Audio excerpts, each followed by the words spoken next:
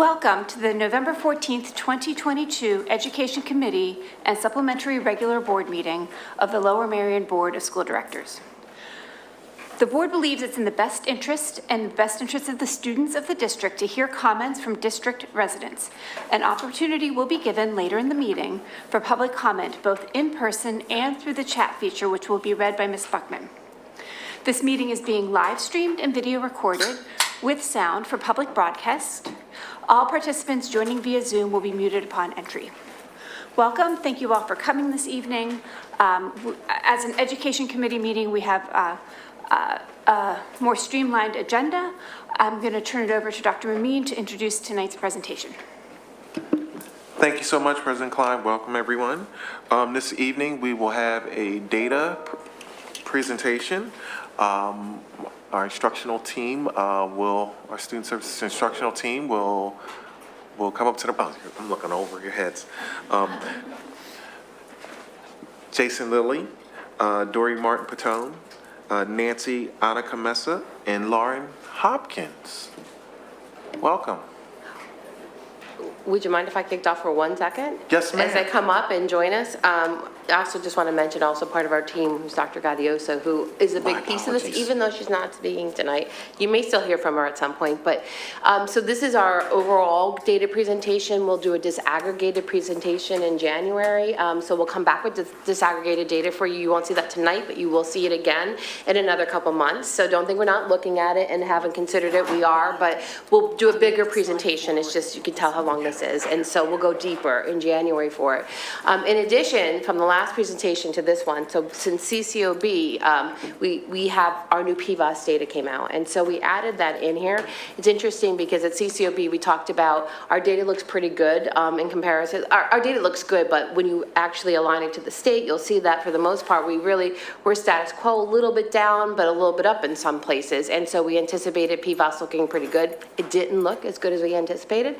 We don't know if it's COVID thing, and so I've been at one training session. We're going to do a one-on-one. We have a couple more coming up, but we really think it may be a blip because we put 3 years of data for you to look at, and we'll see, right? But we feel like it may be because our scores were so good last year because we really pretty stayed flat as far as achievement. They just assumed our achievement would go up even more. But I don't know that for sure, and so I'm throwing that out there as we'll figure it out and we'll keep looking at it, but it's not exactly where we were hoping it was going to be, but we didn't want it not to be part of the presentation as well. So there is a shift from the last time we talked, and I just wanted to point that out before they started. And so Jason Lilly's going to be the first person that kicks off our presentation for us. I'm actually going to jump in for 1 second here and just comment that the first Wednesday of each month we have our curriculum committee of the board, and that is usually the first presentation of sort of curriculum things going on within the curriculum part of the district. And then often those presentations from the curriculum committee of the board are then brought to the full board meeting on the education committee meetings. So that's why that there's often it's presented two times. So I just wanted to make that clear. Thank you.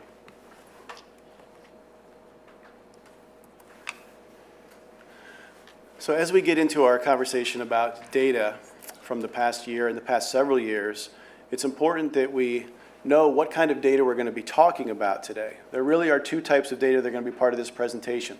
The first one is achievement data, and achievement data is a snapshot in time for a student. The students take an assessment, they get a score. That score places them into one of 4 categories: advanced, proficient, basic, or below basic. The second type of data that's included in the presentation is the growth data, and that's what Dr. McGloin was talking about or speaking to. The thing that we need to keep in mind is growth data is based on achievement, but there are 2 different types of achievement that are used in determining student growth. One is the state projection. The state takes into account any and all prior data that a student has accumulated, and they make a projection for how that student will score on this year's assessments. The second piece of data used is the student's percentile ranking when compared to all other students in the state. There is also an estimate of where that student should fall. Students may meet that target or they may be above or below. So those are the types of things you will see throughout the presentation. Why are they both important? They speak to different things. One being a snapshot in time, which for us shares individual student strengths and needs. And the second, being the growth data, really speaks to trends over time for how a student is progressing through their learning. This particular slide is our participation rate. I'm going to bring in a pointer here to highlight where I'm talking to try to make it easier to see. Last year, our participation rate was at 94%. It's the highest that it's been, I think, in as long as I've been here, which is about 7 years. So our participation rate on the assessments, students participating in the assessments, was actually higher than before COVID in 2019. I will point out, however, for those who don't know this already, the state requires all districts to try to meet a 95% participation threshold. If your district does not attain the 95% threshold of participation, anything lower than 95% is attributed to your district as a 0% score for the number of students that would represent. So when the state actually shares our data, they do include that number and that percentage in the scores that are shared with us. So even though those students didn't participate, they do have an impact on our overall scores. So for example, with last year being at 94%, 1% of our students would be attributed to us as a 0% score on the state assessments. So things to keep in mind. The path to here, to where we are now, has been challenging. We've had several years where learning and instruction hasn't been what it used to be. COVID impacted us in lots of different ways. Things like social distancing and a centralized curriculum and fewer hands-on experiences for our students. An example would be science labs and things of that nature. They just were very challenging to have students participate in, and there were more demonstrations than actual hands-on. Those are some of the challenges that got us to where we are today. This slide is a representation of the state data from last year. This is not our data, this is the state data. I'm going to spend a little bit of time on this slide because the data that's going to be presented to you tonight from our district will mirror this format. Now, this data has not yet been released by the state. We acquired this data by attending a webinar with the state where they shared preliminary results. These are the preliminary results from 2019, which was the last year before COVID. So again, I'm going to just kind of highlight where I'm speaking. 2019, last year of full year instruction face-to-face before COVID closed the schools. What you see missing here is any information from 2020. That's because in 2020, in March of that year, all the schools in the state were closed, and there were no state assessments that year, therefore there is no data. Again, walking us to where we are headed, in 2021, that was the year where schools across the state were finding a way to make education work. There was hybrid instruction, there was virtual instruction. Here at Lower Merion, we had our own version of hybrid. We did have Lmsb at home. We also had LMVA. So we had 3 different platforms going here in our own district. But across the state, that's what was going on. There were state assessments that year, although participation was different than it was last year. 2022, this is last year. And the past year, we reopened schools. We welcomed students back, hoping for a year that was more normal than it had been in a long time. In a lot of senses it was, but in a lot of senses it wasn't. There were challenges. We started the year with masks. We were still distanced. Those things that I talked about that got us to where we are now, they were happening. They were still going on. We still had a lot of COVID cases. There were challenges last year. So by no means was last year a regular year when compared to 2019. It's just important to note that. Last year at this time, when we got our state data, the state also shared a letter that said they strongly encouraged all districts not to try to compare their data to previous years because COVID impacted all students differently, and it would be really hard to do that comparison. Well, here we are a year later, and this is exactly what the state has done with this slide. They are comparing our learning and our results from both 2021 and 2022 to what it was like pre-COVID.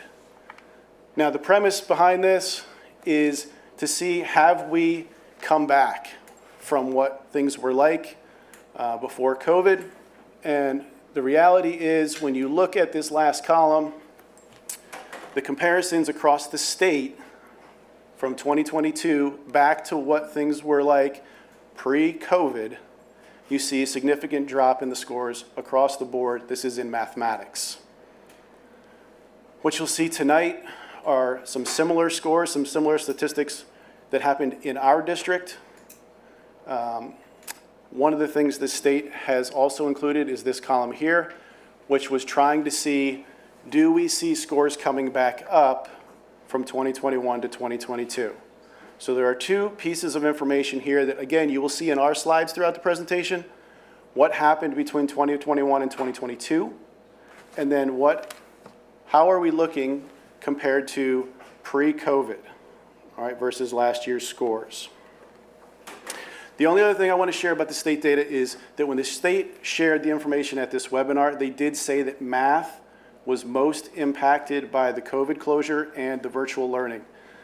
The drops you see in mathematics are higher than the other two areas, and if you notice here, grades 7 and 8, really 6, 7, 8, middle school students seem to be very much impacted by what's happened during the COVID years. At this point, I'm going to turn it over to Nancy Aconchia-Mesa, who will share our elementary math scores. Thank you, Judith. Good evening. The next set of slides will focus on PSSA proficiency levels in math in grades 3 to 5, starting with the district data. Keeping in mind that these are different cohorts, grade 3 showed a minimal decrease from the previous year's performance. Grade 5 showed a minimal increase. Grade 4% proficient and advanced improved 11% from 2021. And all three grade levels pretty much reflected the performance from 2019 pre-COVID, which is not the case with the state.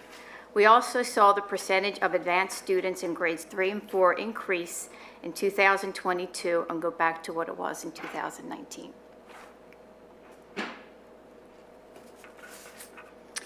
This slide shows the 3-year comparison for grade 3. Once again, reminder, different cohorts for each elementary school. 3 schools, Marion, Gladwin, and Kinwood, showed little or no change in percent proficient and advanced from the previous year. Penn-Wynne had an increase of 8%. 2 schools, Belmont Hills and Penn Valley, showed a decrease in percent proficient and advanced from 2021 to 2022. 5 of the schools closely reflected or exceeded the performance from 2019 pre-pandemic. For Belmont Hills and Penn Valley, you will see similar results for ELA. When seeing a significant decrease or increase, we look at our cohort data and also cross-section the data to see if there is a correlation. We are also looking closely at the specific areas of need in the PSSA, as well as other data points, and working with the math and reading specialists and ISTs to determine levels of support and targeted intervention needed for these students. This slide shows the 3-year comparison for grade 4 for all of the elementary schools. All schools showed an increase in percent proficient and advanced from the previous year's performance, with 3 schools showing a double-digit increase.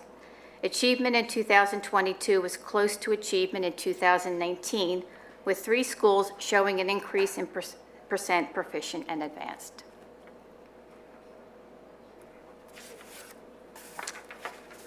This slide shows the grade 5% proficient and advanced for each of the elementary schools. 4 schools, Kinwood, Gladwin, Marion, and Penn Valley, showed an increase in proficiency from the previous year performance. Once again, a reminder, not the same cohort. 2 schools, Belmont Hills and Penn-Wynne, had a decrease from the previous year performance, one more significant than the other. I do have to point out, though, that even though the proficiency levels in those 2 schools decreased from 2021 to 2022, the same cohort in those schools improved their performance from grades 4 to grade 5. Belmont Hills went from 59% in grade 4 to 61% in grade 5, and Penn Valley went from 74% in grade 4 to 77% in grade 5. Lastly, 3 of the schools' performance in 2022 was pretty much reflective of the performance in 2019, and 2 schools showed an increase in percent proficient and advanced from 2019. Similar to the action steps we're implementing with the current grade 4 students at Belmont Hills and Penn Valley, we're working with the grade 6 math specialist and content lead at Welsh Valley to determine the level of support and targeted intervention needed for the Belmont Hills and Penn Valley students who scored basic and below basic on the grade 5 PSSA, and what additional resources may be needed.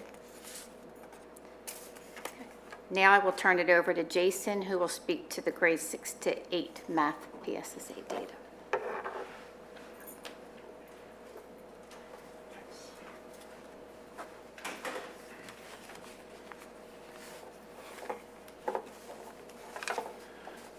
So as I shared earlier, as we head into our middle school scores, the middle schools across the state, that grade band seems to have been most impacted, especially in mathematics.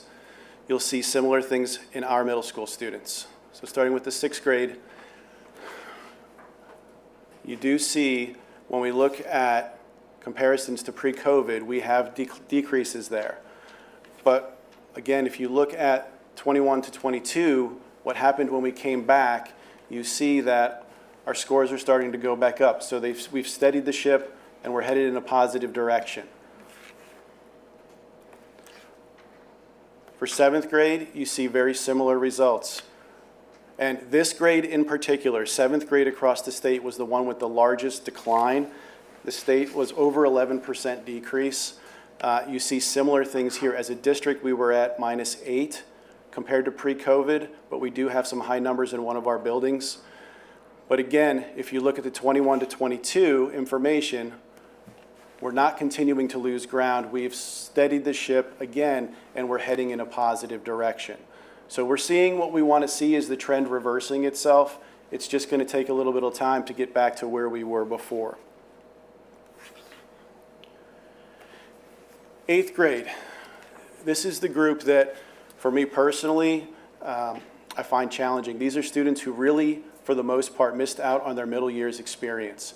For many of these students, they were in 6th grade. Well, these students were in 6th grade when schools closed. They did not have a full year of middle school, and they didn't come back, most of them, to the middle schools until their 8th grade year for their first full year of face-to-face instruction. This group in particular, you see the declines. And again, the state was significantly higher than us. The state had almost a 10% decline. We don't see those numbers. So, we kind of did better than the average across the state, but we do see the declines here. And again, these are the students who really did not have a true middle school experience. These students are now in 9th grade at our high schools.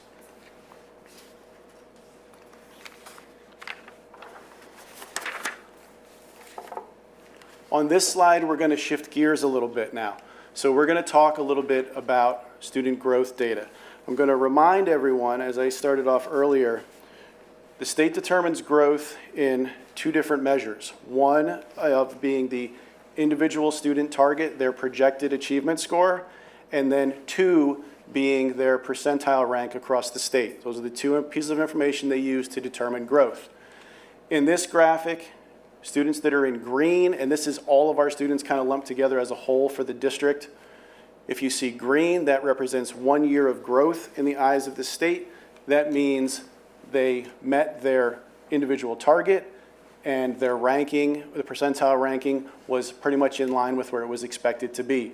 When you see students in the blue, you see our whole in the blue, that means we have exceeded either the growth target or the individual achievement target and or their percentile ranking in the state, or both. So what you'll see here is a lot of dark blue, which means we exceeded, for the most part, both of those numbers up to and through 2021. If you see dots that are in the yellow or the red, that means you, as a whole, for the majority of your students, either failed to meet their individual achievement target or their percentile ranking across the state. Dr. McGloin touched on this a little bit before we actually got started with this presentation, and that's this. The state takes into account all available data on a student to make a projection for how they will score. What you see here is in 2021, we exceeded those targets. But again, growth data can be deceiving because in other districts in the state, especially large urban districts in the state, where some of the hybrid and virtual learning was more challenging, the fact that those students maybe underperformed where their scores were expected to be makes our students look like they're achieving higher because they're moving ahead because other students are moving back when comparing across the state. So we have to be careful with growth data and how we use it and what we're looking at. So we see a lot of dark blues in 2021. Here's the other thing that happens. The state then uses that 2021 data to generate new targets for all of our students. So they would expect that level of growth to continue. What we see in our 2022 growth scores is that was not the case. So because we see a lot of yellows and reds, that means that in those grades, again, you see it in our 6, 7, 8 especially, those students did not meet those new individual achievement targets and or maintain or continue to grow in their percentile ranking across the state.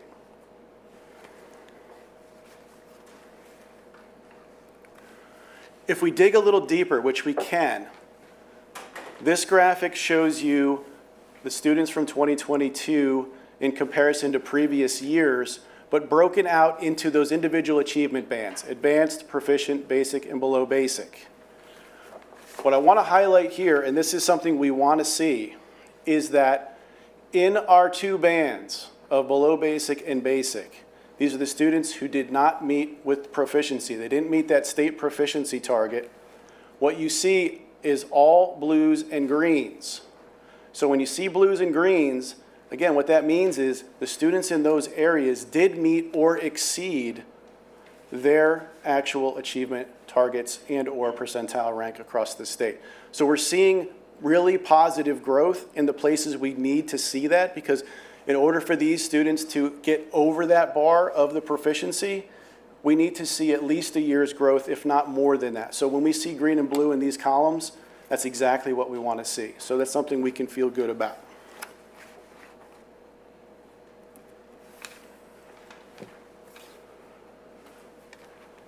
So we're going to shift into our science data. This is, again, the state data for science. It is not our own.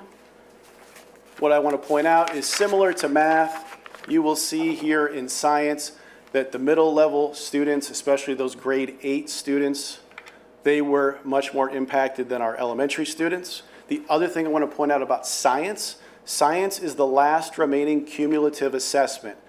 It is only given in the 4th and the 8th grade. So the 4th grade assessment isn't just on 4th grade science, it's everything up to 4th grade. And the 8th grade assessment is everything that happens in between grade 4 and the end of 8th grade when they give that assessment. So these are the last remaining cumulative state assessments. What you're going to see in our data, and I'm going to turn it back over to Nancy Concha-Mesa, is that while the trend is still there for us, we will see some of these declines. Some of it you won't see. And what you will see for sure is that our achievement numbers are significantly higher than what you see across the state. So with that, I'm going to turn it over to Nancy Concha-Mesa. Okay. The next set of slides focus on PSSA proficiency levels in science in grades 4 and 8, starting with the district data. This assessment differs from math, as Jason said, as it is only administered in grades 4 and 8, and it includes content from the grades leading up to it. Once again, keeping in mind that these are different groups of students, grade 4 slightly improved performance from 2021 to 2022, with an increase in percentage of advanced students, and grade 8 decreased their percent of proficient and advanced from 2021 to 2022 by 3%. Middle school had a similar drop to what happened at the state level, but achievement is much higher. This slide shows the 3-year comparison for grade 4 science for all of the elementary schools. 4 of the schools exceeded the performance from 2021, while the other 2 had minimal or no decrease in the percent of proficient and advanced. Also looking back at 2019, pre-COVID, the proficiency levels in 2022 either showed improvement or for the most part were close to those in 2019. This slide shows a three-year comparison for grade 8 science for both middle schools. The proficiency level for both schools decreased from 2021 to 2022, with Welsh Valley showing the larger decrease of 5%. Both schools are down around 5% in science achievement compared to pre-pandemic scores. But as stated earlier, as Jason said, this is a cumulative assessment, and there was an interrupted middle school experience for 3 years for the students who took this test. Also, I do want to add that in grades 1 to 5, there is a more integrated approach to how students learn and engage in the science content. Each year they experience earth science, physical science, and life science. This is not the case, however, in grades 6 to 8, where it is not integrated with only one content focus each year: earth science in grade 6, life science in grade 7, and physical science in grade 8. With NGSS recently being adopted in Pennsylvania and a new assessment in 2026, the shift will be a more integrated approach in grades 6 to 8. Now I will turn it over to Jason, who will speak to the PVOS growth data for grades 4 to 8 in science, for any in science.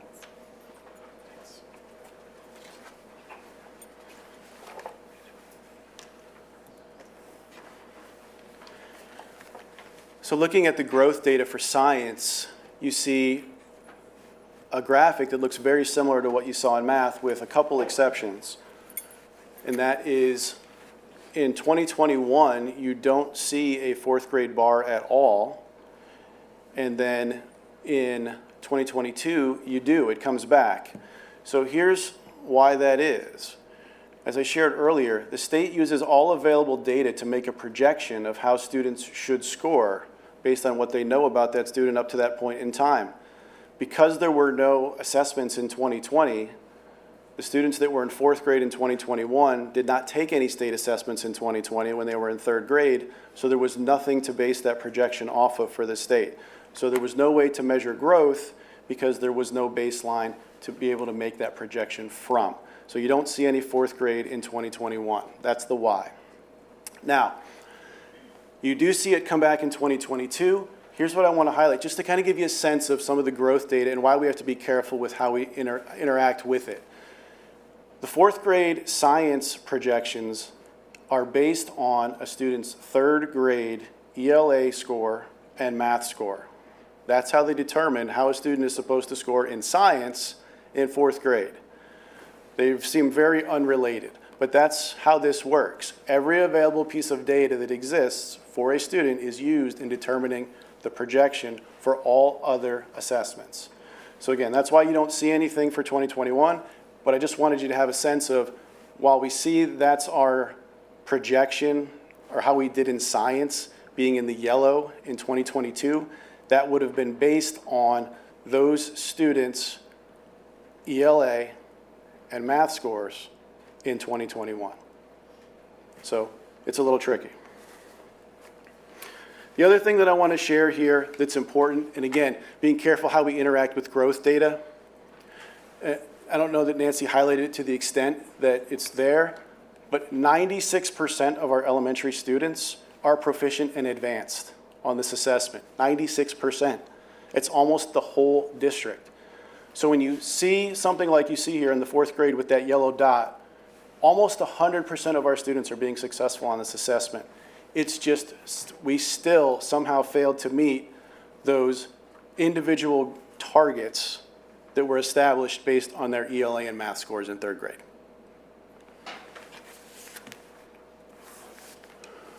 Digging deeper, and I'll show you what that looks like a little more clearly here. Again, we want to see greens and blues. We see greens and blues for 2022.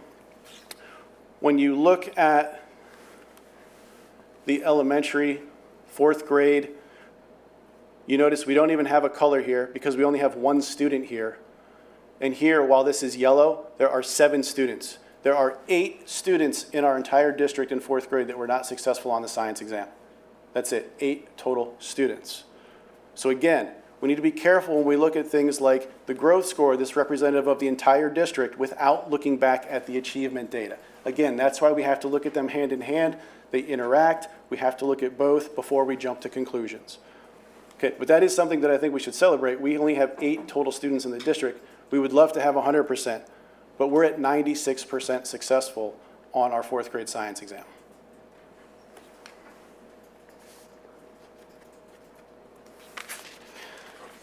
At this point, I'm going to turn it over to Dr. Dory Martin-Patone to talk about our ELA data. Hello. By this time, you have all the context on the statewide percentages. One of the things you can notice with ELA in terms of the state, they lost some significant ground in terms of 2022 compared to the last year prior to interrupted schooling. The positive is that's not what we're seeing in our data compared to what the state is exhibiting for those grade levels across the years. Thank you. In third grade, you can see that although there was an increase from 2019 to 2021, it appears as it's a statistically significant decrease between 21 and 22. However, as Nancy mentioned earlier, we then look at cohorts. And that cohort, when we get to the next slide, you will see will continue to stay in that score range in terms of percentages. We've stayed relatively consistent with a slight increase or decrease across all of our grade levels in ELA. So again, you're going to see in Belmont Hills that increase and then a decrease. That's when we look at the cohort to see if they are still succeeding, and that remained relatively consistent. We see slight increases in the 2019 to 2021, sometimes more than slight, and then going from 2021 to 2022, there is a decrease in Belmont Hills, Kinwood, Gladwin, Marion, Penn Valley, and Penwyn. While some are slight, others, Penwyn and Belmont Hills, caused Nancy and I to have some deeper conversations in terms of, are we seeing the same students, cross-sectional data, are these the same students in ELA and math? And we did see a group that were not performing as well in both of those areas. For fourth grade data, we also saw, again, a decrease for Belmont Hills. And again, we follow that cohort, and in the next year, you'll see they're about 78%. Take a decrease, and then our scores 2022 went up. We are achieving in these areas in terms of remaining consistent across Kinwood, Gladwin, Marion, Penn Valley, and Penwyn. For grade 5, Belmont Hills went down 2019 to 2021, and then again from 2021 to 2022. That's another place we look at the data to follow it through, and it remained consistent with the cohort. Slight decrease in Kinwood, as well as in Gladwin, went up slightly and then down slightly. Marion, same, went down and then went up to 95%. So we're seeing this consistent pattern of slight increase and decrease, except in specific areas, and then we looked at the cohort and how they were performing. In sixth grade, you're going to see, once again, the pattern of consistency in terms of performance with this slight dip and increase or decrease. And it gets a little harder when we go into the middle schools to follow the cohorts. We have to see who goes into the feeder schools and across the board. So when you look at the district, you can see the level of consistency between the past 3 years. And even though we did have the interrupted schooling and hybrid and COVID, that it did have an impact, but we are grateful it wasn't as significant as when you look at the state scores and how much ground they lost between the year prior to COVID and today. I'm going to turn it over to Lauren Hopkins. Good evening. So Dory talked a lot about consistency, and she mentioned that we were consistent across the board in our ELA scores. And so you're going to hear more of that with our 7th and our 8th grade students. So our 7th grade students remained very consistent. We saw a statewide drop of about 3% from pre-COVID to post-COVID. And our 7th graders, we saw, at the 7th grade level, I'll say, we saw a typical fluctuation of about 1%. So at the 7th grade level, we remained very consistent with our scores from pre-pandemic to post. And similar with our 8th grade students, despite the fact that, as Jason mentioned earlier, they were the hardest hit in terms of their interrupted schooling and missing out really on their middle school years, they also remained very consistent. And you'll see that while we did take a little bit of a dip during the pandemic, we came right back up. And where the state saw a 2% drop across the state from pre-COVID to post-COVID in the scores, we, as a district, ended up exactly where we were in 2019. So our students really have recovered well. We've fared well throughout the pandemic, which is a testament to what the district was able to do during the time that we were closed or functioning in hybrid and other multiple modalities. So this next slide is our PVAS growth data, and it looks very similar to the math slide that Jason showed you earlier. If you remember, again, in order to determine the growth, students had to meet both their individual achievement as well as their growth projection. And so this data is reflective of what you saw with math and with science. We do see a decline in 2022, particularly in grades 6, 7, and 8, which again, our middle school students were impacted the most out of all of our students.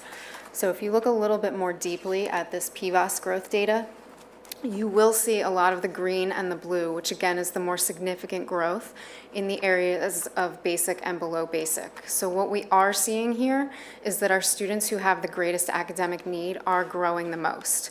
So obviously we do want to see growth among all of our students. We see the students who are scoring in the more advanced categories of proficient and advanced not making as much growth, but that also goes back to what Jason was talking about earlier about how that projection sort of grew. And so they struggled a little bit to meet that growth. But we are still seeing good achievement results, and we are seeing significant growth amongst our students despite the pandemic. So with that, I'm now going to move into our high school Keystone scores. And unlike our PSSA scores, we do not have state data yet to look at the Keystone scores. But again, you're going to hear very much of the same message, at least with our English scores, our literature scores. This slide is reflective of our high school Keystone literature exam, and you'll see again that our students fared very well. We saw a typical 1% fluctuation, and despite the fact that these current 9th graders these are 10th graders, so they're currently 11th graders, but these students did miss a significant amount of school. They operated in multiple modalities, and they were able to come out on the other side of the pandemic really without much of a change at all in their scores. So we did fare very well and recover well from the pandemic. And now I will turn it back over to Jason for algebra.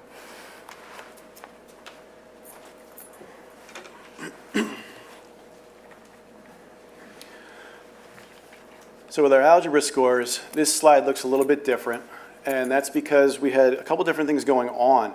You know, we obviously had COVID and all those different learning modalities happening at the same time, but in 2019, that was the last year we actually offered Algebra 1 as a course in Lower Merion School District. We made a change beginning in 2020 to switch to an integrated math program, which blended Algebra 1 geometry and Algebra 2 over the 3 years. There was no data in 2020, but that didn't matter because in the integrated approach, the Keystone assessment actually happens after Integrated Math 2, the second year course. So even though there's no data, we wouldn't have had any because we didn't have any students in Integrated 2 during 2020. In 2021, that was the first year that we had students eligible to test in the Algebra Keystone. Those were students who were in Integrated Math 2. That was the first year that course existed. So this was all very new. It's an implementation happening during COVID. Very challenging.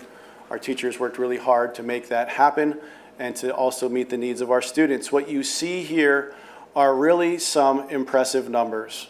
What you see is growth at both our high schools and our middle schools, with our middle schools basically attaining 100% proficient and advanced, and we'll go a little deeper with that. But if you look at the column on the right, this far column, what you see is double-digit growth in 3 of the 4 schools, and the one that doesn't have double-digit growth is because they didn't have room to do so.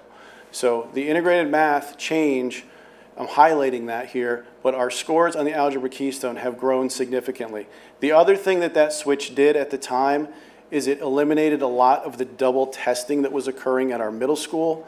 Because that moved to the second-year course instead of the first-year course, many of our students now take the Algebra Keystone at the high school level instead of the middle school. This is the one slide where we include N numbers, the number of students that were in those categories. And what you see is at the middle level, the number of students testing has gone down, and at the high schools, the number of students testing has gone up. So that's another positive that came from shifting to integrated math, but the scores are definitely something to celebrate.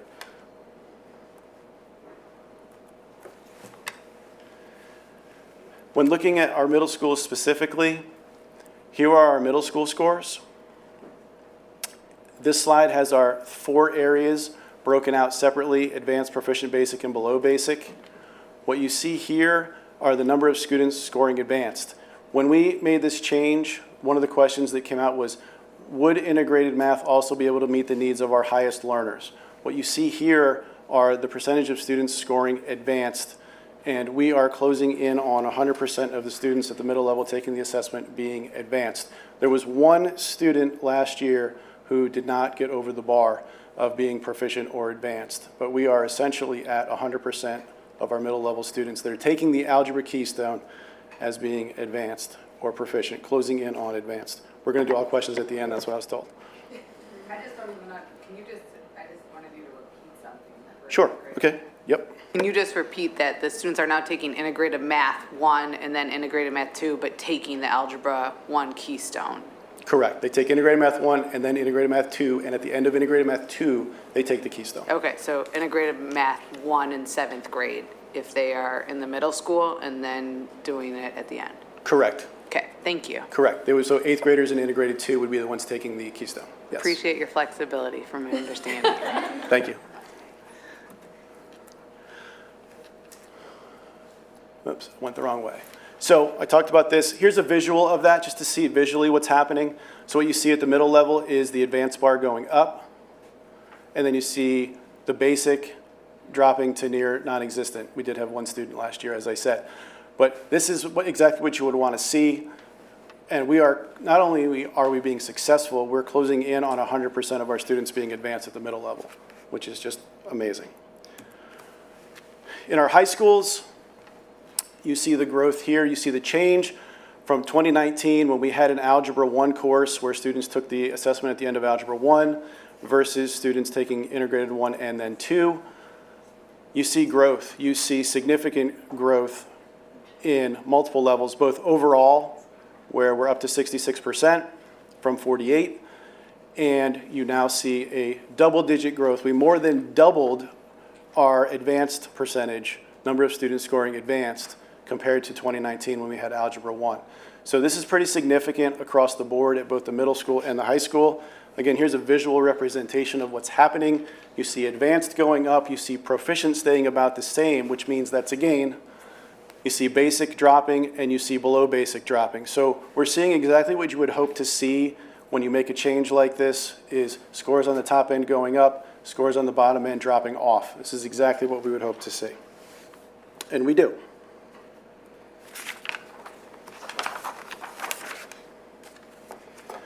Switching into biology, as Lauren shared earlier, we don't have any state scores to compare to at this point. Again, even the PSSA scores we got from attending a webinar. But looking at our scores here, our high school biology scores are typically the highest in the state or one of the highest in the state. As you look at 2022, we are very, very close to being back to where we were pre-pandemic. So without scores to compare to, I feel really good and pretty strongly that we will still be one of the top schools in the state in biology. It's an area where we have excelled for a long time.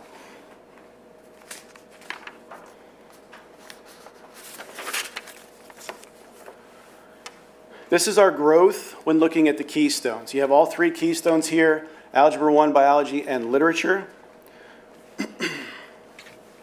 Reminder that These numbers are attained by looking at all of the available student data that existed up to this point. So basically, when the state does a projection for Keystones, they take into account all of the PSSA scores that are available for that student. That's how they determine where they think a student's individual achievement score should be. And then again, there's that percentile rank across the state.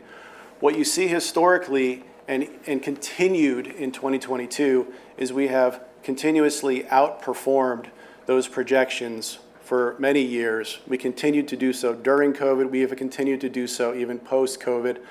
So this is an area where we've excelled, is on the high school algebra or high school Keystone exams in general. Digging deeper, we're almost all blue when you look at the Keystones. So almost every single area, with the exception being, and even then, looking at 2022, everything is blue. Every area, every content area, every place we look is blue, meaning you've exceeded the target, exceeded the state ranking. The only place we have any yellow remaining is that previous years, which is the 3 prior years, 3-year average of how you've done historically. So this is an area where we do excel, is when our kids get to the high school and we take these Keystone exams, they really do know what they're doing, and they have shown that they do. So here's where we are. We have had some things going on. We've had a K-8 reconfiguration. This could impact what we do going forward. Just remember, our 5th grade is now in our middle schools.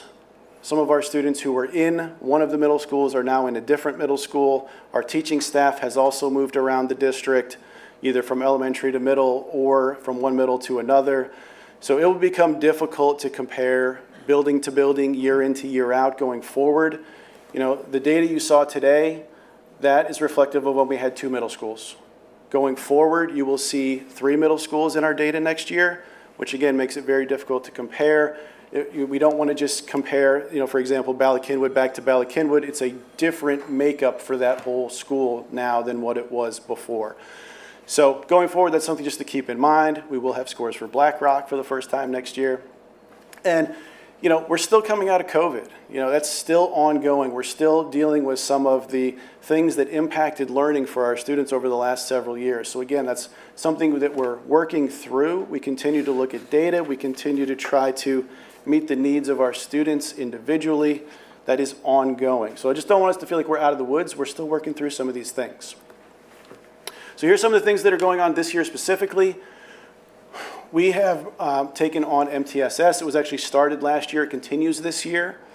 One of the things we do is look at data. We look at all kinds of data. So we talk about state data here in this presentation, but we also look at our local data. We have local assessments we use to try to triangulate what we see in some of the state data. Remember, that's a snapshot in time on one day for individual students. You know, anything could have happened. So it's important that we look at everything that's available to us. So MTSS is a piece of that now. It's an important piece. We have data teams. We have coordinators of student intervention, which they call themselves CSIs. They love data. They dig into data. This is what they do. So that's new this year. We have, during COVID, one of the things we had to do was really essentialize our curriculum, which means, you know, look at the most important pieces and make sure we deliver that and make sure we are strong in some of those areas. We are working really hard over last year and this year to go back to teaching the more enhanced version of our curriculum across the board. So that is something that's ongoing, is bringing back, you know, the extras, the different pieces, the science labs, the hands-on components. Those are coming back. And then, you know, with part of our strategic plan, that reimagination, the new middle school experience. The middle school schedule is very different. Again, trying to compare back, it's a different place. There's different things going on. There are opportunities for interdisciplinarity that didn't exist before in the old model. So again, comparing year to year is going to be challenging, but these are some of the things that are going on this year that will impact what we see in our results next year. So going forward, the results didn't surprise us. As a district, I think we worked really, really hard to try to meet the needs of our students and our families. During COVID, we did have 3 different learning models going on at the same time. And then when students came back last year, the majority of them came back face-to-face. We again tried to, you know, rise to the challenge and meet those needs, especially in the beginning of that year when people came back fully masked and we had social distancing continuing. It was a challenging year last year. But our data shows that we did pretty good. We did pretty all right. So what we're doing, I shared a little bit of this. We're really trying to bring back the experience that kids had before COVID, that middle years experience especially, because those kids really did miss out on some of that. We're really trying to get back to what we were doing before. We do look at the data. We do offer supplemental resources and instruction as needed wherever we can and however we can to meet students' needs. I do think it's important to highlight that we did really well with our data, but that means we did really well as a district. And I want to just make sure to thank the teachers who were involved, because they really did have to switch on a dime and change how they teach and what they did to really try to meet the needs of our kids and our families. And as a district, I think we really did a nice job. Questions at this point? Mr. Lee? Could you turn back to slide 33?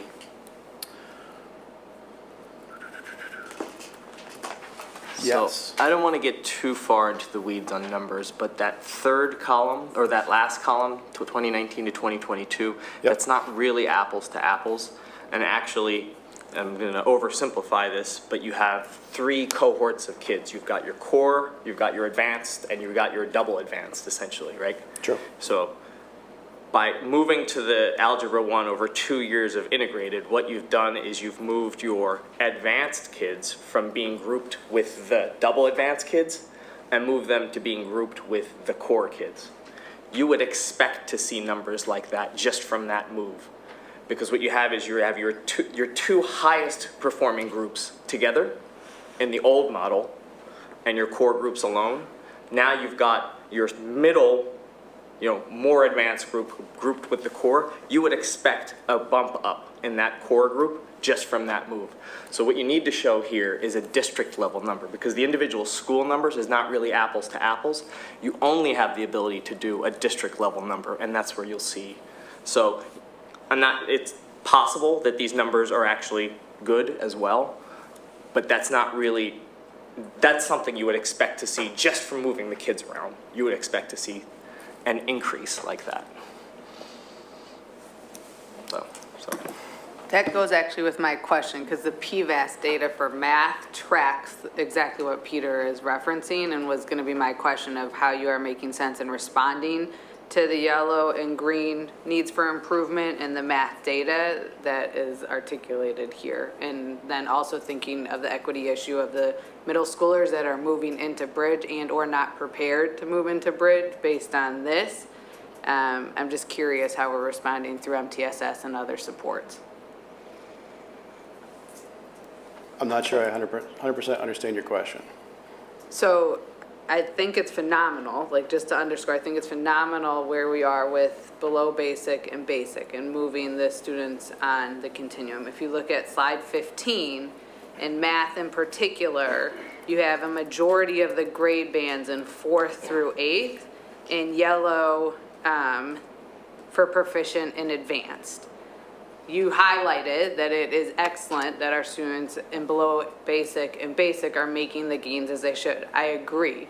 What I'm saying from an equity standpoint, and as students move into Algebra 8 and are able to then access that programming by having that yellow gap in the PVAS data in advanced and proficient across the grade span, it's actually a bigger issue than, it's giving me pause, or a bigger issue. How are we addressing that? Because if students aren't doing as well at that level, they may not be prepared to then go into some of the other programming we offer to ensure they're in Algebra 8, which then tracks them to pre-calculus. So I was curious how you were making sense of it, coupled with this slide, to slide 33, it doesn't quite add up in the story of math. So this is where, and I kind of alluded to this before, I think I touched on it a couple times. We have to be careful with looking at one versus the other separately when you look at them together. Because for students, I'll just give you an example. This is just an out there. But when you see yellow in an advanced category like this, that could mean that the students came in at a 94th percentile instead of 96. And when that happens, that group's reflected as yellow. So as a whole, we could have dropped 1 or 2%, but that would trigger it to be a yellow because our students didn't hit that number. It could have had could be one question on the assessment. I understand. So the higher you go up that ladder, that continuum through proficient and advanced, the more likely that 1 or 2 questions triggers that to happen as a I whole. understand that. I'm just saying with the cutoffs for the students, particularly in elementary school and in middle school, to be able to participate in accelerated math, I would be curious what interventions are being given to our younger kids at the proficient and advanced level to ensure that those kids are being offered the same opportunity into the advanced math courses that are starting in 4th grade. That's the only question I am offering, and my question was, how are you making sense of that compared to slide 33? Yeah. So I'll say one thing, but then maybe, I don't know if you want to address the elementary version. The Math 8 course that you mentioned, the Math 8 course is available and open to anyone that wants to take it. There's no assessment, there's no cut score, there's no determination. That is available and open to any student that wants to take that course. So we don't have any kind of gatekeeper there for them. It's open to anyone that wants to do that as a summer course. So that's the Math 8. So access into the integrated math is really open to anyone after Math 7 that wants to take the Math 8 summer course. Right, but would it not be easier for the 4th graders that were in advanced math in 5th and 6th grade to do well in 8th? That's all I'm putting out there. Yeah, so, and I'm gonna jump in for 1 second. Yeah. Because I think growth data is important. For me, a year's growth in a year's time is really important, there's no doubt about it. But our higher end students are the hardest for us to get to grow a year and a year's time. So we keep working on that, as you're talking about. But that doesn't mean that because they're in the yellow, they're not prepared to take an advanced class. Because it's both about growth and achievement, not one or the other. When we're talking about how we bridge students, and I think Nancy should talk about this for a second, because I know she either just sent the letter out or she's sending it out very soon to parents about how we bridge students to the next level of math. It's multiple layers. It's not one score that we're looking at, because it should not be. We look at multiple measures to be able to say, if you hit certain criteria points, that's the reason that you go, so that we're sure that students are prepared when they get there. Maybe you could talk a little bit about that, and also about what do we do for advanced learners as well. Nancy.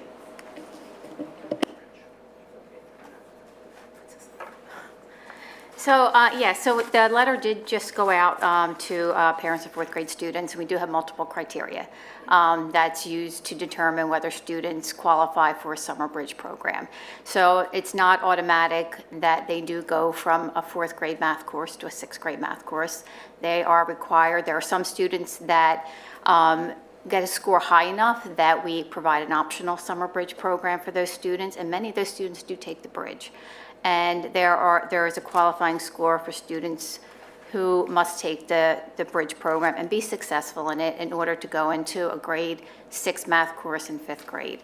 So we monitor that progress very carefully. We make sure the students are prepared throughout the summer via, online supports, in-person supports, and assessments that happen along the summer. So we're very diligent about making sure students are prepared to go into a 6th grade math course, going from a 4th grade math course to a 6th grade math course. We also do guided math in Yes. the elementary schools, and so that allows us to differentiate. I just was at an in-service, well, we just had an in-service, right? So I was walking around during the in-service, and part of my conversation with 4th grade teachers was about the advanced learners and how they're actually, what are they doing to make sure that they're challenging those students? And so, one of the teachers was talking about actually creating 2 different sets of lesson plans, because she's got a lot of students that are advanced that she wants to make sure continue to grow and move forward. So there is that differentiation that happens as well. And, I agree with you, though. We want to see all of our groups grow. Yes. So the proficient and the advanced are something that we have our eye on to talk about how are we going to make sure that happens over time, and keeping watch on that. And I just wanted to add, Dory and I just recently met with Adele and Missy McGuire to have that conversation about how to grow our advanced learners. So we're working alongside them to, to implement strategies and resources to meet their needs as well and to grow them. So Dr. McLuhan, you had said earlier that this is sort of the broad picture, and that you'll come back in January to do more, like delving into the data a little bit more. And will that include an analysis of, I'm intrigued by this idea that, some of our students were hybrid, some were in Lmsb at home, and some were in LMVA. And I would be curious to see, were there models that may have been more successful? And I know that, again, you'd have to take out, right? Like there are all sorts of different variables there, but I think that would be worthwhile, and that's sort of what struck me here.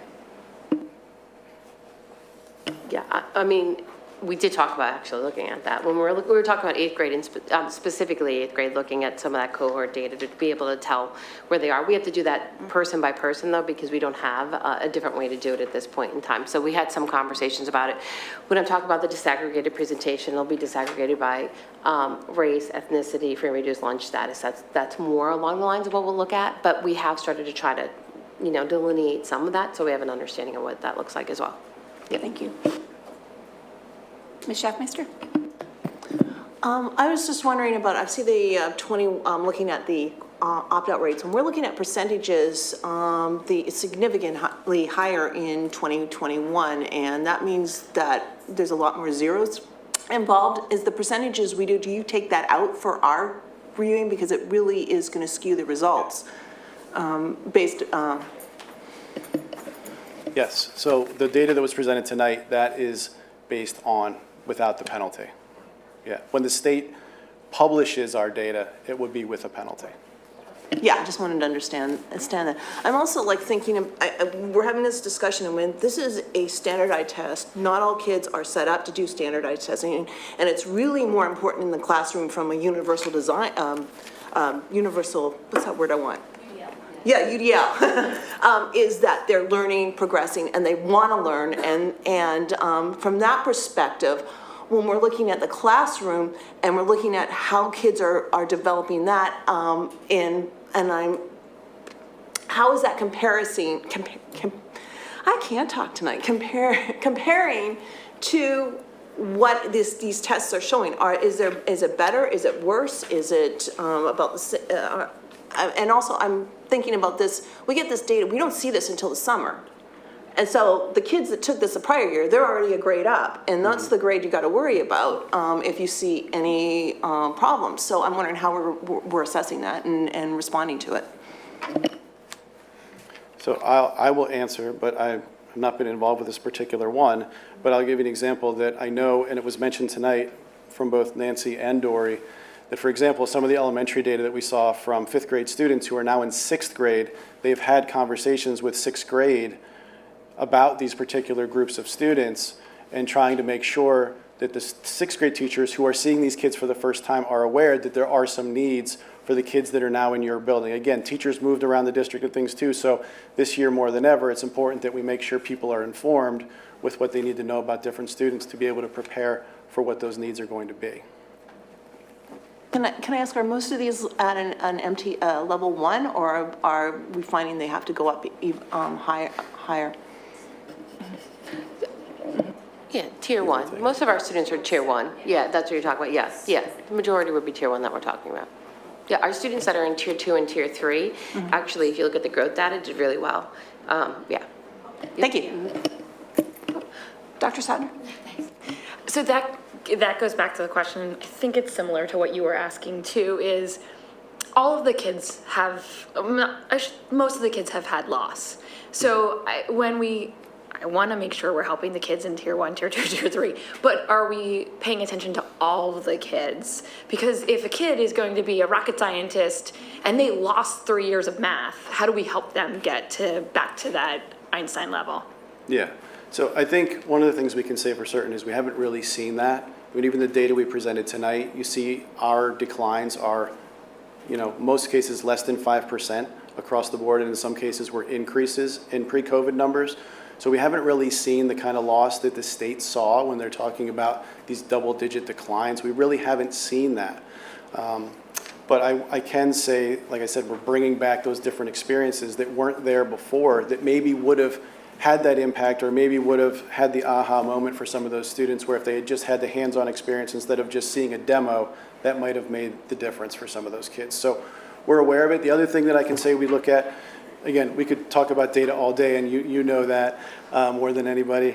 The state also releases what they call high, medium, low reports. Again, we're not getting the data like we used to pre-COVID because it's just different right now, and the state is giving us things a little bit at a time. But there's high, medium, low reports, which tell us how students did in comparison to the rest of the state as far as how well they've mastered individual topics within the assessments.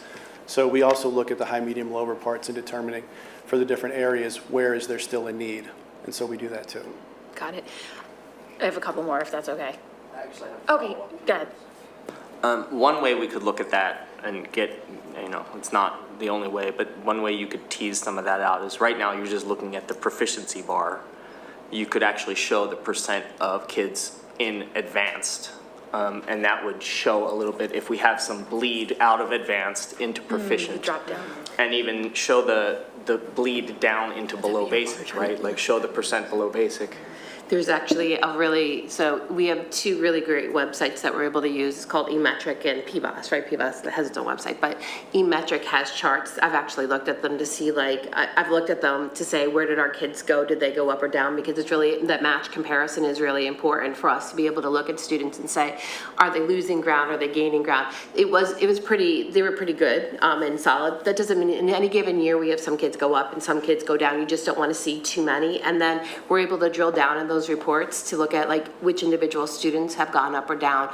To Mrs. Schaffmeister's point, then we use that with other data points because PSSA is one point in time, right? So our quarterly assessments, our formative assessments, our diagnostics that we're doing in the district are all really important other pieces of information to help us really have a good picture of the child to say maybe this just was a bad day for the kid or we need to do something more. But we have that ability and it's a great report that we're able to run and we do that, yeah. Yeah, I think that would be interesting to show in this forum because that would get at a little of some of the questions you're getting. Okay, another question. Sorry, four of us kind of asked the same question, so I think it is important to show.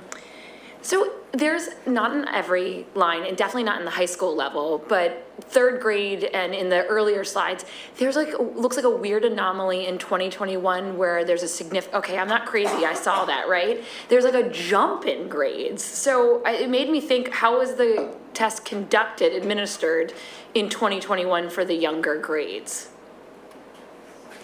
Because it almost skews your data because it looks like a little bloop and then a drop back down to norm.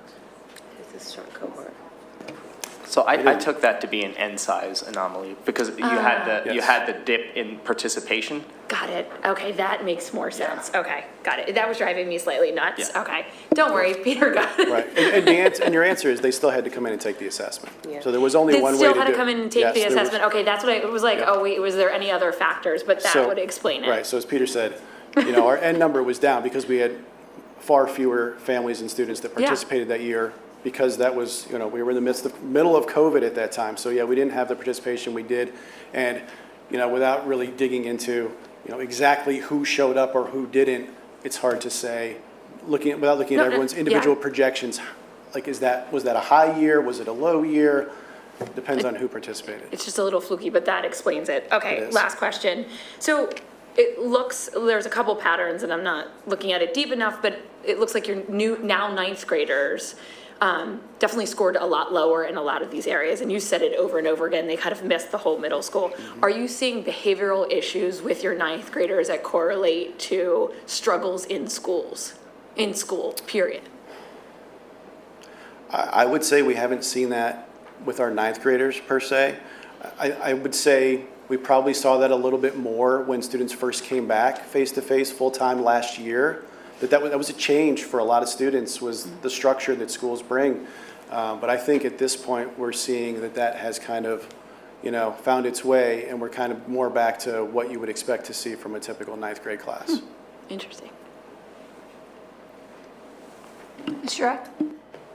Thanks. I had a question about ELA in particular. So, in particularly the third graders on the proficient in advance. I think it's a interesting slide 24 because it demonstrates basically baseline data for our youngest learners when it comes to reading and ELA proficiency. There's also quite a bit of rich data, as I'm sure folks know, about later life outcomes associated with third grade reading. So just wondering how we're making sense of that, especially given these students have been in the least amount of school since the pandemic. Absolutely. They were probably in kindergarten, if I'm doing that appropriately. So I too, when you asked your question, when I saw that, you weren't crazy, because I wondered that as well, because you're like, wow, they did so well. How could that be without that? And we do, to your point, Peter, we do break out the advanced and the proficient scores. So to your point, what we look at in third grade and fourth grade, there was more of a slide from advanced into the proficient category. So that's where you saw the impact. Third, it's their first year of this assessment. It's also, you have to understand the assessment. Not only is it that crucial year where they lost those foundational literacy skills, in third grade, they begin with that, the format of the assessment where the types of questions that they ask, they have to justify their response. And that's a deeper layer of analysis. To your point, yes, it's very intriguing to see. And in the data, what's interesting when we do dig deeper in terms of the categories of the assessment, that process, the key idea is details, where the inferencing begins, is where we're seeing they're not faring as well. Which is interesting because that's you need to be able to do that to get to the deeper analysis. So those are things we do look deeper on. And then we have conversations in terms of what's taking place now, curricular impact. What are some things we need to do and adjust across the board, or remaining like fidelity with the curriculum across the district? Answer. Any more questions? Great. Thank you all very much for your time and your presentation this evening. So next on our agenda, next listed on the agenda is whether or not there are additional agenda items. There are not this evening. So we will now move into audience recognition. At this time, Ms. LaPera, will you open the chat feature? And those of you at home will see a 10-minute timer appear on your screen. You can submit your comments and or questions via the chat feature. Please be sure, both on chat and in person, to begin with your full name and where you reside in the district, just as a reminder that district policy is that district residents can speak and submit comments. So please remember to use your full name and where you reside. It doesn't need to be a street address, it can just be a general neighborhood. So in order for your comment to be shared, Ms. LaPera, do we have any in-person comments for tonight's meeting? Yes, we do. I have Sandra Shukroon, then Catherine Skeen, and Sarah Lee. I think it's Sarah Lee. Good evening. Can you see me? Can you please say your name and where you reside? Yes, Thank you. I'm Sandy Shukroon. I live in Penn Valley. We've been residents of Lower Merion since 1980. Our two daughters are graduates of Lower Merion School District, and thanks to the amazing education they received, they've made marvelous success in their personal and professional lives. And it wasn't the same school board, but we thank you anyway. Many of us are concerned about preserving Oakwell, and we all want Lower Merion students to have the best opportunities possible. But we must think about the real problem that hangs over the entire planet, climate change, that if not stopped right now, will put an end to life as we know it for us, our children and grandchildren. Here in Lower Merion, it's easy to forget about this sword of Damocles because there's no obvious destruction here. We have our trees, our land, our creeks, and our river. No houses are falling into the ocean, and no forests are burning down. But rising temperatures are fueling environmental degradation, natural disasters, weather extremes, food and water security, and economic destruction. Lower Merion is part of this overall picture. So really, the conversation about Oakwell is much bigger than it appears. How much nature should the United States keep? To get some answers, I went to the Center for American Progress, an independent, nonpartisan policy institute. They form policy teams from numbers of disciplines and major issue areas and apply creative approaches to develop ideas for policymakers that lead to real change. In 2018, they commissioned a nonprofit group of scientists to develop the most detailed map ever composed of the human footprint in the United States. Using dozens of data sets and unique algorithms, they mapped the degree of human modification and natural land loss in the contiguous 48 states from 2001 to 2017. the scientific team found that human activities are causing the persistent and rapid loss of America's natural areas. The human footprint in the continental United States grew by more than 24 million acres from 2001 to 2017, equivalent to the loss of roughly a football field worth of natural area every 30 seconds. If national trends continue, a South Dakota-sized expanse of forests, wetlands, and wild places in the continental United States will disappear by 2050. A growing number of scientists are recommending that nations commit to conserving 30% of their lands and oceans by 2030, which is soon. If it has been determined that fields are needed for athletic activities, then we have to move heaven and earth to find a solution that doesn't involve destroying 13 acres of precious land with hundreds of trees, many animals, and the watersheds of local trees. Thank you very much. Thank you. Thank you very much. Catherine? Hi, my name is Catherine Skeen. I live in Narberth, parent of 3 kids. There are a lot of important matters facing the board, but there's one issue of some urgency that I'd like to bring to the board's closer attention, namely the district's stonewalling around the need to improve air quality and ventilation in schools in conjunction with the current high rates of virus transmission and the high numbers of students who are sick and absent. And staff too, I think, although I have less of a handle on those absence numbers. All of this was foreseen, and much of the virus transmission was preventable. But although a few parents and I have been asking district administrators about air quality and have been raising the question of whether the district should communicate more clearly to the community what steps would keep kids, families, and staff healthy, we've received non-answers or been given the runaround. We've seen nothing more than 1 or 2 weekly worded emails reminding parents of the absence and attendance policies, but nothing about what might keep our community safe and well and prevent disruptions to learning, prevent disruptions to activities and sports, and prevent adverse impacts on families. All this at a time when the healthcare system is strained and when kids and families are desperate for continuity of learning and catching up on what was missed during the last couple of years. As of last week, I was concerned enough about our community that I was planning on attending this meeting anyway, but I also represent the many parents of sick children right now because this morning I had to come to LM to pick up my sick 11th grader on LM's Wellness Day. I'm sure a lot of work went into this day, and it was well-intentioned. But please, spare us the platitudes about wellness.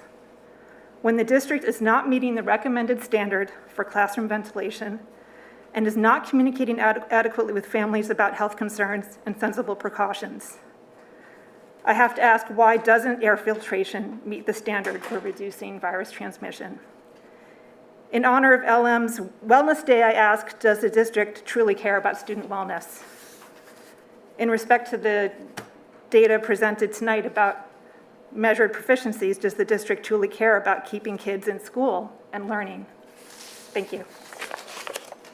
Thank you, Ms. Skeen. Sarah Lee, and then Jessica Zimmerman, Lisa Prosnitz. Good morning, it's Sarah Lowe. Apologies for my handwriting. And I'm from Villanova. So I'm speaking today not only as a parent of 4 children in the school district at the elementary, middle school, and high school levels, but also as a pediatrician in one of the large local hospitals. I'm leaving my sick children at home tonight to tell you that our children's schools are not doing an accurate job of communicating to parents the present health conditions in the schools. We're in the middle of a healthcare crisis with hospitals, urgent care facilities, and primary care clinics dealing with critical numbers of children with flu, RSV, and other respiratory viral infections, along with rising numbers of COVID infections. Children are being turned away from emergency rooms, primary care and urgent care sites because they don't have capacity to see patients and because there are no longer sufficient viral tests available. Meanwhile, the schools have been sending out assurances that things are under control when clearly they are not. The schools are inaccurately reporting to families that the numbers of absences due to respiratory infections are not at record highs. Indeed, the truth is that tremendously high numbers of students in the district have been sick for the last several weeks and have either been absent or have been attending school symptomatic. Despite the triple epidemic that's occurring across the country and in Montgomery County and in Lower Merion itself, the schools are telling us that the high rates of viral illnesses are, quote, common at this time of year. There is no need for an exhaustive review of the medical literature. A quick search of the CDC and the Pennsylvania Department of Health websites suggest otherwise. Rates of flu and RSV are in fact much higher than is typical at this time of year around the country and in our own county. As a pediatrician with an expertise in public health, I am alarmed in this lack of response. As a parent of 3 sick children with 3 different viral illnesses in the last 2 weeks, I am disheartened. To quote a pediatric ED physician last week from CHOP on Twitter, quote, "Whatever you are seeing and hearing in the news about RSV and increased viral illnesses and high pediatric volumes, it is 1,000 times worse." This week and last, I've been in touch with several pediatric primary care sites and several urgent care facilities in Lower Merion. All are bursting at the seams with pediatric sick visits and hospitalizations due to flu, RSV, and COVID.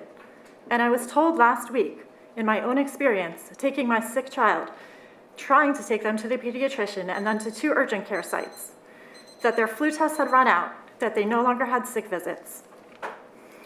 Lower Merion has a responsibility to students and families at the very minimum to inform parents of school outbreaks. We deserve better. Thank you, Dr. Lowe. Jessica Zimmerman, then Lisa Prosnitz and Michelle Vessel.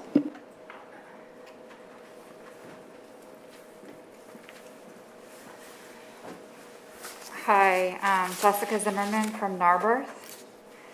So I want to talk about ventilation and filtration.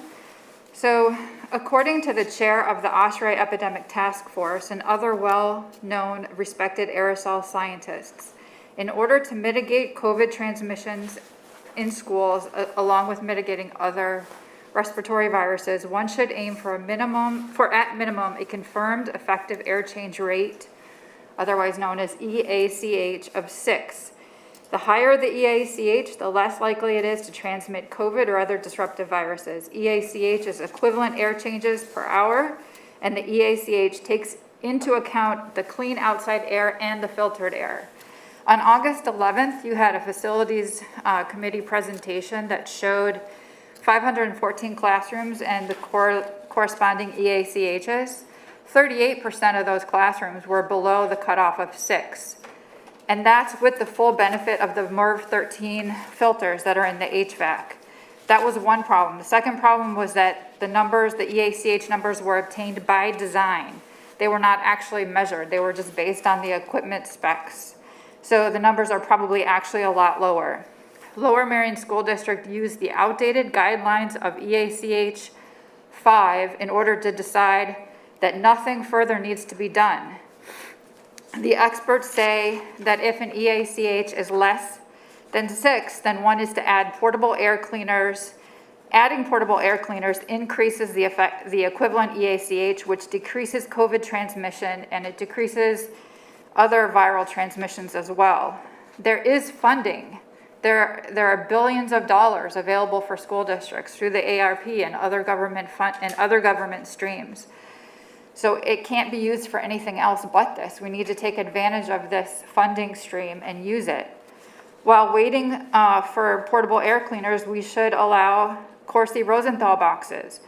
Putting Corsi-Rosenthal boxes into the 38% that have EACHs less than 6 for the whole school district would probably cost about $16,000, which would all be covered. But like I said, there are billions of dollars available. The EPA on the whitehouse.gov website recommended Corsi Rosenthal boxes as safe and effective. One Corsi Rosenthal box can increase the EACH by 4 to 7. I suggest that a contractor come in to evaluate and fix Lower Merion School District's ventilation problems, such as Bill Bonfleth, for instance, and in the meantime, to allow Corsi Rosenthal boxes or donated portable HEPA air cleaners.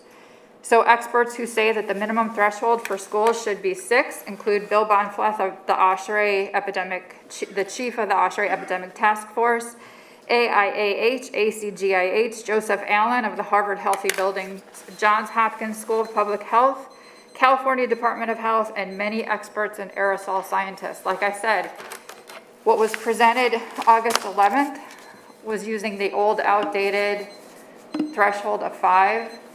And as you can see from all the kids that are sick and from the high numbers of outbreaks and COVID cases from last year, the ventilation is not cutting it. We need to do better. Thank you very much, Dr. Zimmerman. I just want to clarify that the August presentation you're referring to, those calculations were based on documents that you presented to the facilities committee. It was using the calculation that Dr. Zimmerman, you recommended us to use. I really don't know what you're talking about, Mr. Lake. Well, I can certainly follow up with you. You forwarded emails, you forwarded documents to me and Mr. Little. I think that was how to estimate ECH, not how to measure ECH. I'm sorry, if you're going to, this can't, Yeah. Take it offline. I'm clarifying, those calculations were based on documents that you presented to the committee, that's all I'm saying. That's a strange clarification, since I don't work for the board and I'm not an HVAC contractor. But I will tell you that what you're referring to is how to estimate EACH, not how to measure or I'm confirm going to request that EACH. this conversation goes offline, please. Yeah, Thank no you. problem.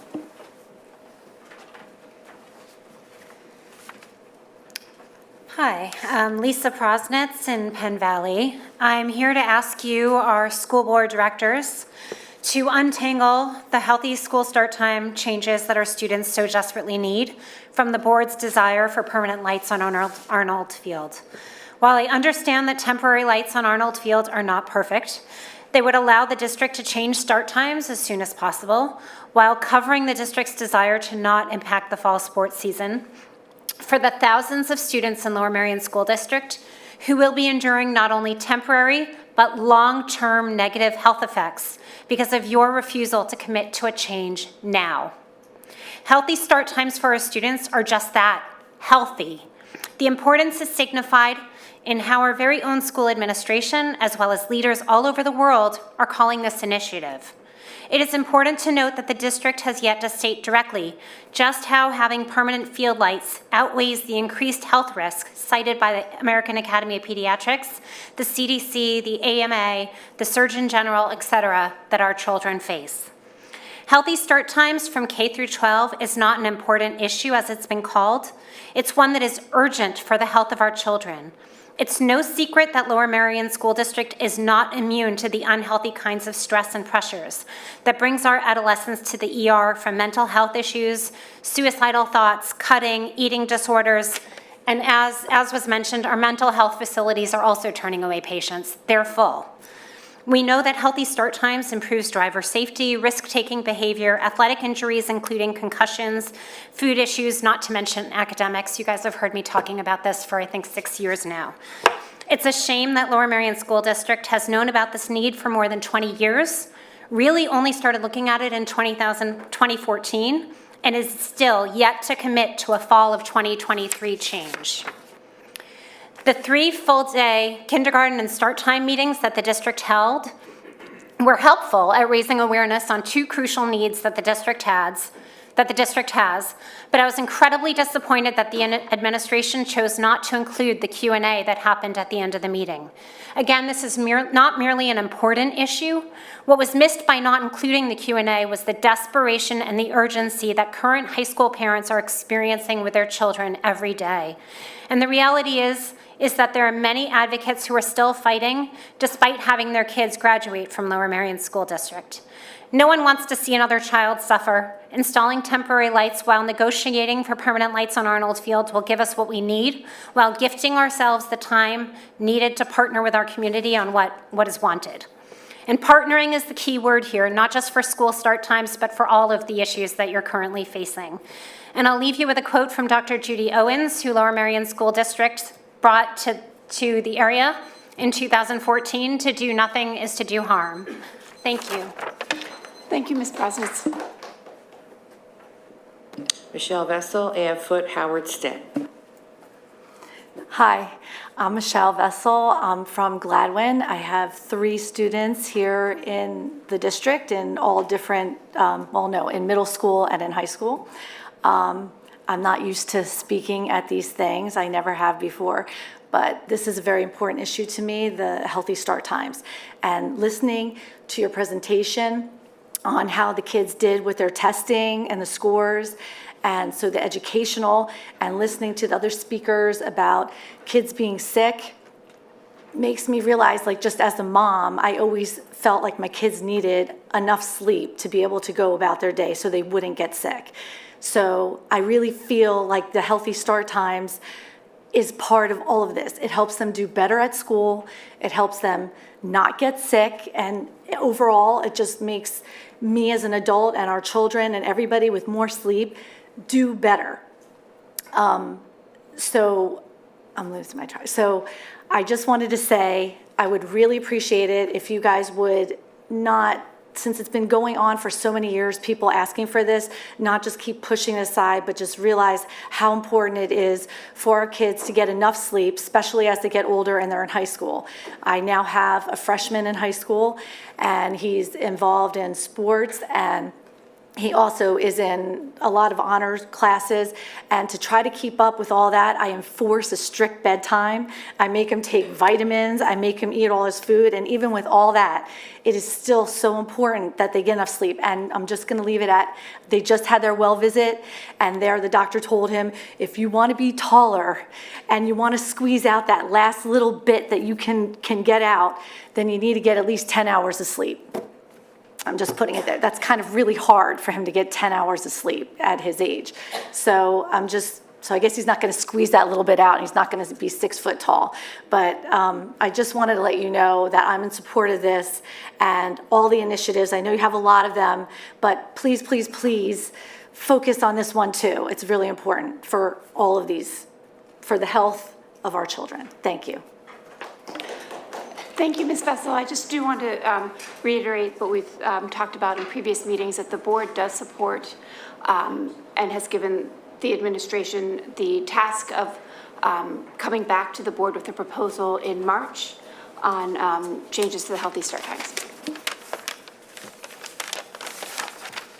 And I just want to add that during the 3 community engagement events or activities, there is a running list of questions posted on our website as I communicated at the community engagement meetings.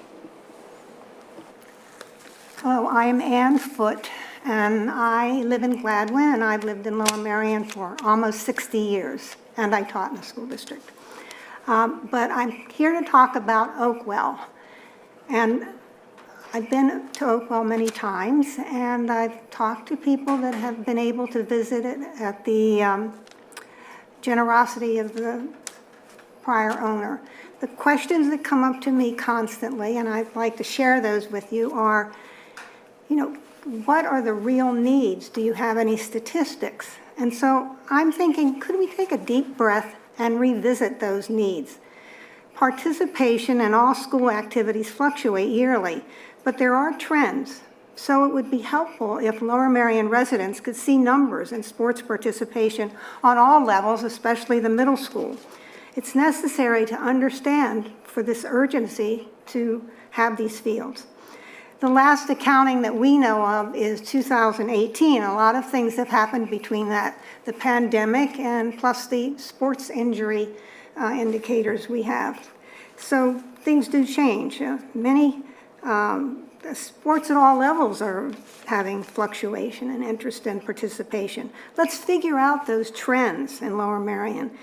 The devastation of Oakwell cannot be reversed when the playing fields or if the playing fields are abandoned. If need is determined, then the other question is, we see all these fields and they're empty and they're abandoned and they're underused. What are those fields? People are driving around looking at them. So can some data be shared? Can we know the sites that were investigated and found irreversibly not appropriate? And so that was a major thing. The other thing I'm curious about is why can't fields be drawn on the all-purpose field that's in existence now, because there's no football field there. We'll never be able to really predict with certainty the forces that affect our schools. Between 1974 and 1982, 6 elementary schools were closed, and everybody was feeling very certain about the future. And the future isn't that certain. Do we want to make another hasty decision that's even more far-reaching? We're talking about less than 100 students at one school who I do not think should be shortchanged in any way. But 4 days a week, 14 weeks of the school year, does not balance with the destruction of Oakmont and the millions of dollars involved. Let's put them in with the 8,000 students in district who could benefit from the environmental, ecological, and increasingly revealing historical infrastructure in the majesty of Oakwell. The arts, sciences, humanities, every discipline can live at Oakwell, and Lower Merion School District can be a great example in the educational community. You as a school board will move on, but your legacy of destruction will remain. Please reconsider, investigate thoroughly, and do not continue with this. You must know that this is a travesty, not only to Lower Merion School District, but Lower Merion Township. Thank you so much. Thank you, Ms. Foote. Howard Stick, then Julian Brightman, and then Ruth Jenkins.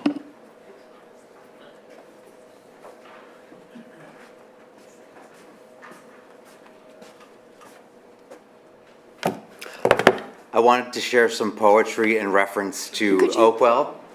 I'm Julian Brightman from Marion Station. My phone has died, but there is a song by Joni Mitchell called Big Yellow Taxi, in which she states, "They paved paradise, put up a parking lot." My suggestion is we save paradise and tear up a parking lot. Thank you. Thank you.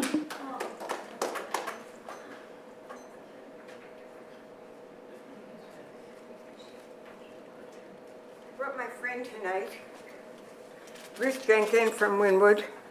This is the Lorax. And all of you have read the Lorax to your children, I hope.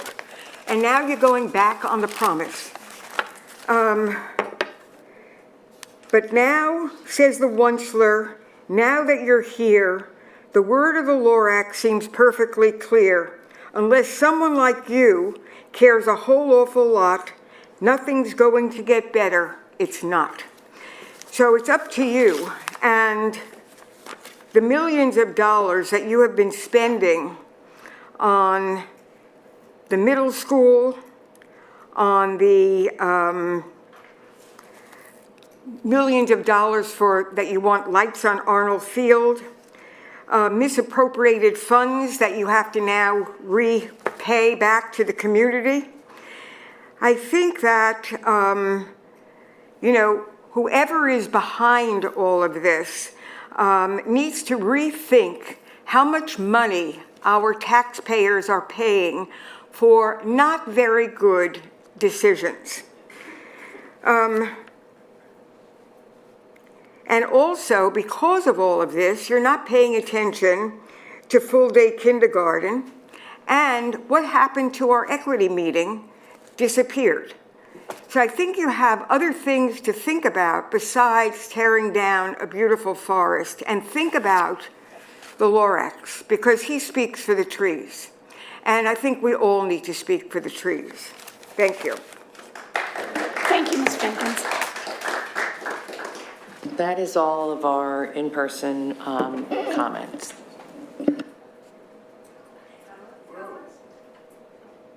called Mr. Stick. Are you Mr.? Yeah, I called your name in between Ann and Julian, but I thought you were no longer here. I'm sorry about that. Turn up my hearing aids. That's okay. Good evening to you all. I'm Howard Stick, and I'm a resident of Gladwin. I've been a resident of Gladwin since 1965. That's a lot of years. That's a lot of money in taxes. And I've been very concerned as to how the school board, not you all from years past, but now, are spending that money. I figure if you do the simple multiplication, that's close to $500,000 in my tax money.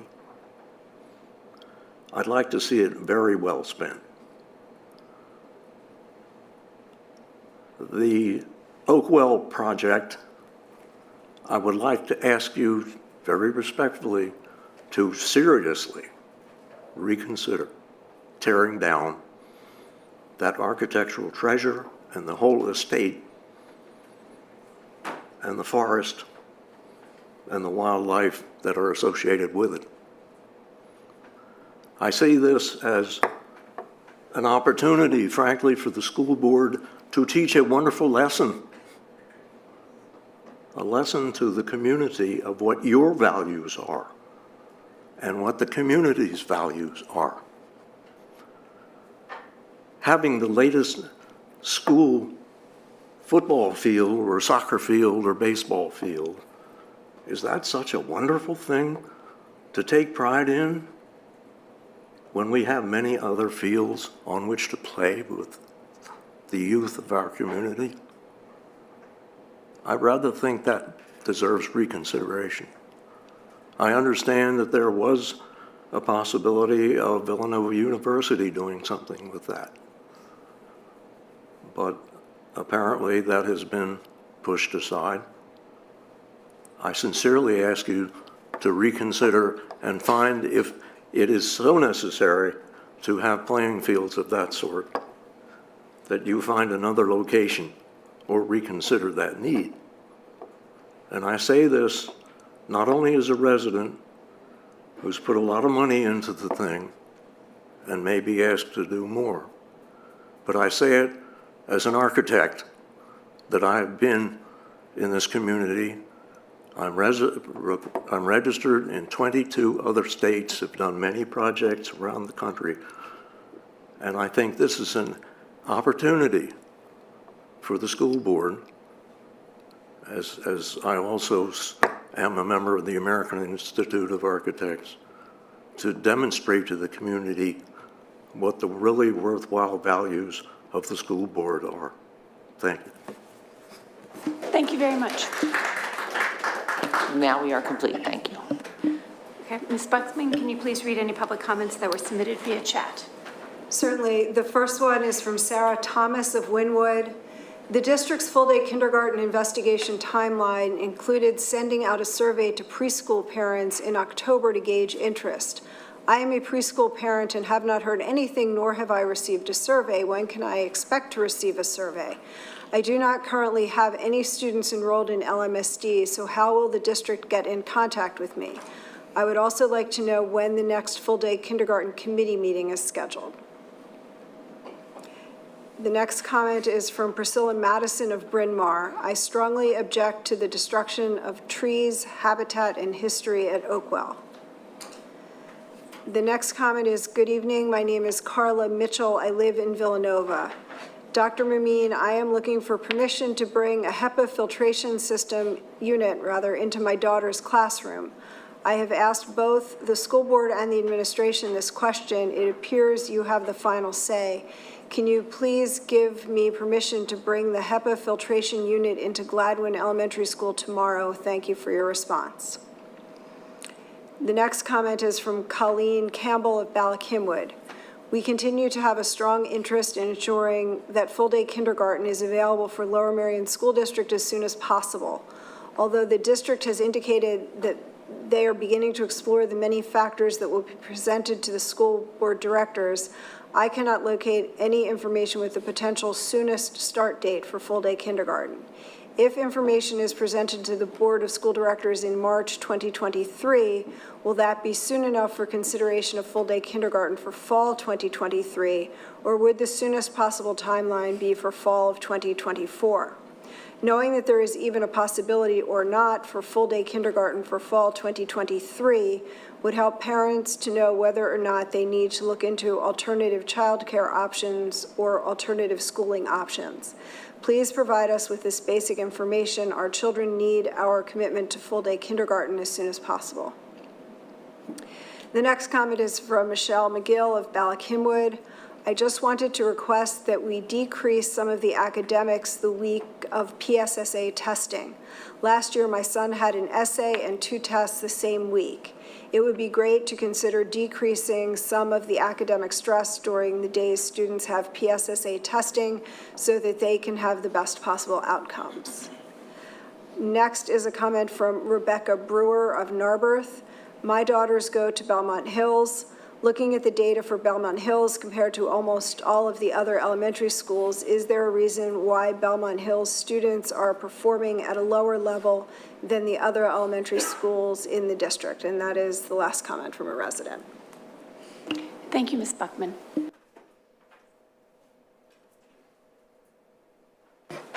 Dr. McGloin, can you please provide a succinct update on where we are with full-day kindergarten? Yep. The committee work. Thank you. Sure, thank you. So our next committee meeting is November 29th. We have a monthly meeting scheduled. Between now and then, we have a subcommittee meeting to work further on the survey that we would like to send out. We're still deciding where our audience is exactly, so we're working through that, and it'll be brought to the committee on the 29th of November.